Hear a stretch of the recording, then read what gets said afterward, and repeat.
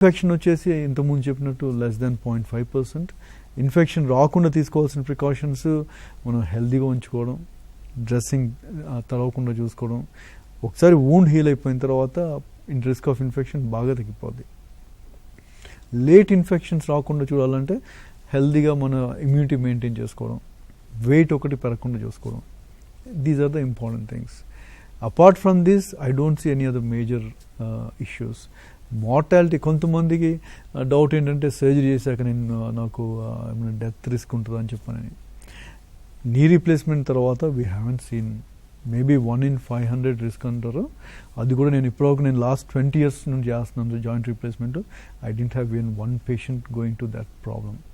So కొంతమంది భయం ఏంటంటే నేను ఎప్పటికి బెడ్లో ఉండిపోతానేమో అని చెప్పని.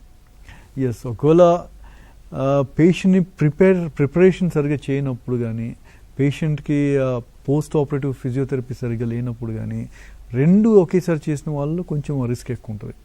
ఎందుకంటే పెయిన్ ఎక్కువ ఉంటుంది. సో పెయిన్ మేనేజ్మెంట్ సరిగ్గా లేకున్నా, ఫిజియోథెరపీ సరిగ్గా చేయలేకపోయినా కానీ then they may end up with a stiff knee and their mobility బాగా తగ్గిపోద్ది. That is one thing I avoid. My preference is always ఒక జాయింట్ చేసి అది రికవర్ అయిపోయినాక ఇంకో జాయింట్కి వెళ్ళడం.